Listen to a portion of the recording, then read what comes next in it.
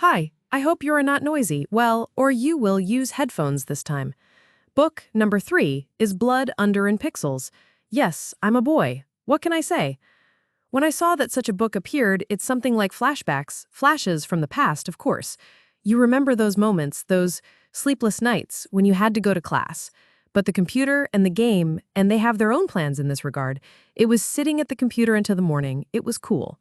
But now, of course, when I took this book, I was only aiming to get valuable information, I can say that this book is worth going to buy, simply because it is not quite a book as such. It is mostly jumping on the top. Well, that is, when 36 pages, 10 stories, it is quite difficult to consider each part more deeply. But we know what was done lies in the details, and these details are very important. So here, from all these 10 stories that I read, there are legendary ones. But for some reason, they didn't catch on to me, probably because I've never played them, and when you will now hear such names as Diablo 3, The Witcher 3, Hella or Anchor 4, then you will think, dude, you are definitely a gamer, but yes, I do not know why. Apparently already by this moment, I did not play computer games, and I go through companies and specifically these projects that appeared.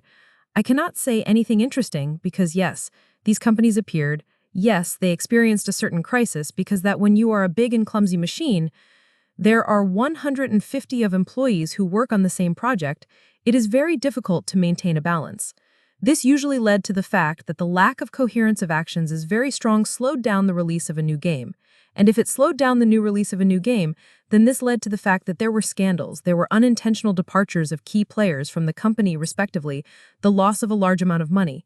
But there are 2 stories that I also did not play them, but they are so unique and you can learn from them to this day. This is the story of 2 games. The first story is called Yes, If You Speak English Well. Then I hope you don't curse me. I hope the book is called Show Night. And there were in general one about how to build farms, about a knight who ran with a spatula. It sounds like nonsense, but each of these games cost several tens of millions of dollars. And this is a phenomenon. This is a phenomenon that needed to be studied under a microscope, especially about the farm. It's about a young guy whose name is Eric, this Eric, so to speak. He was such an insecure guy that he could not find a job at all. He lived with a girl, lived at the expense of a girl because it was a shame to ask for money from his parents, and no one wanted to take him to work. That is to say, in interview time just could not prove himself. All this led to the fact that one day he thought that I want to create a game on my own. It would seem that this small phrase led to the fact that he spent 6 years of his life on that project in which, in principle, no one believed, parents and a girl. I do not know by force they turned a blind eye to it. But Eric succeeded. No one was involved in creating this game except Eric. Eric created the graphics himself. Eric created the strategy, the voice acting, the text, and everything related to this one game. The fact is that Eric used to be fond of one game that was called Harvest Moon. I hope I pronounced it correctly, and it was mostly analogous to The Farm. He liked this game so much that he decided that I want to make my own version of this game. This led to the fact that 6 years sat, and every time, day for during the day, he played the same game, and when his relatives and the girl actually looked over his shoulder and said, Eric, but the game is already good, it's time to put it out, he said, don't bother me, I know when this game will be dosed to the end. He had every time to look at the game in a new way, something to clean, something to delete completely and redo the game. Time after time. Eventually, when he himself was tired of living, as he lived, he had to get a job as a doorman in a movie theater, because money was sorely lacking. There were no investors. It wasn't that we had a rich relative there, which is what she usually thinks in society. He just got a job as a doorman because there was no way to eat. And the girl didn't take out food, she worked 2 jobs. And when 6 years came to an end, he released his game. And it was damn cool because literally in a few days, he became a dollar millionaire. Yes, the reality in which no one believed except Eric led him to the fact that he made this reality real, because it seems to me there are a lot of people so-called recluses who live. Eric is the person who brought this story to its logical conclusion, and this is insanely cool. And it's worth saying that he was showered with further suggestions from large publishing companies. This is logical, and also not worth saying that his life has changed. Just I'm down. That's what no one can believe in you absolutely. You must fantastically believe yourself in what you are doing and let the whole world wait and let everyone twirl a finger at the temple and say, no, what are you so Eddie got a job? But I knew what he was doing. He was just releasing a game. And he got the second story of the company again, which is called Silk Knight. This is the Spatula Knight. This is also an equally fascinating story, difference only that for the development of this game, 5 people participated in it. These 5 people were absolutely experienced programmers. They worked already in another company. At one fine moment, sitting in a bar, they decided enough is time to leave this job and just try to create something of their own. So it turned out that gradually they started quitting and decided to create a game that was called the Spatulamite.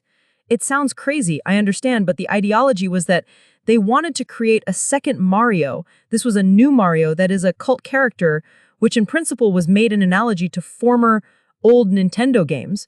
By the way, if you listened carefully about the hitmaker, I said that the success of a hit is an opportunity to combine already successful ideas, and at that time, the creators of the Scapular Knight just realized that former old Nintendo games are, wow, it's just a breath of fresh air from childhood when you just remember how cool it was.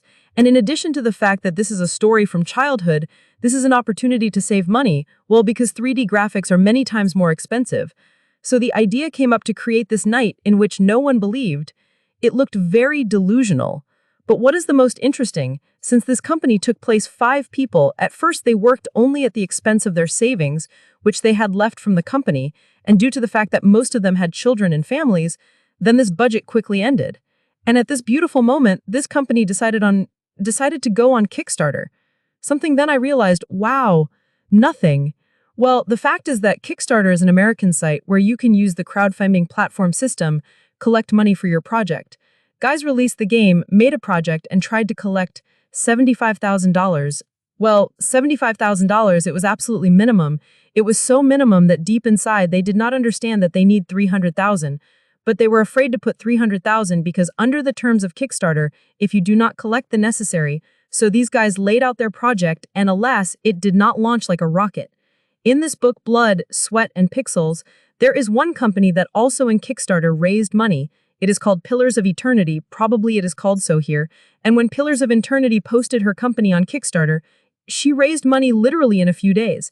I don't remember exactly whether it was $2 million or $3 million in 2-3 days. This is fantastic. Then I have, well, precisely they collected $35,000 and then the growth stopped and what needed to be done in order to collect the necessary amount. And this life hack helped me. The first thing they did was apply for advice to those companies that have already successfully raised money on Kickstarter. And there were 2 main tips. The first tip is to make a demo and send a demo version. I think it is clear that it is a short fragment of the game and send it as a streamer. That is to people who play for a large mass of people, and all other people is the publication of this game in magazines and this story. That is, it's just storytelling. It is an opportunity to tell step by step how things are going for you, because people like to follow the result for the history as a story develop. When there is a problem, how these problems are solved, this is classic. And it is very important because if the company would just lay out our project, here Kickstarter lets discount money, then they would have collected $35,000 and these money would have returned. And since they started almost daily update information and talk about dudes, here's our result today. Well, on this day, we missed a little bit there. The next day, we changed the whole story there. Like this interactive is an opportunity to show your result in real time. So 2 key features. The first is interactive, and the second is to give the lead value your product. Darn it, it replicated to the mass. It's great in general. I'm thinking right now about launching my product through Boomstarter, but since this is Russia, it can be go to English language sites, Kickstarter, and make a presentation for it, and there are a lot of problems, such as not understanding how this is done at all because I don't speak English and need to talk about it. All of this needs to be thought about. So this is the Valley story with regard to here is another action. I think that you probably noticed that in the description of the channel the line is missing. Download books can be here. This is because I received a notification saying, dude, you are like this, I got confused, and now we will block you. So for copyright infringement, ban channels, and I can't throw off books like this in open access, I'll think about how you can do something about it. But either you're trying to download this book yourself or something else, because damn it, if they block me, it will be sad. So I'll think about how this issue can be solved. If you have your own solution, write to me in a personal contact. Let's see how we can solve this problem together. So yes, until the next fourth book,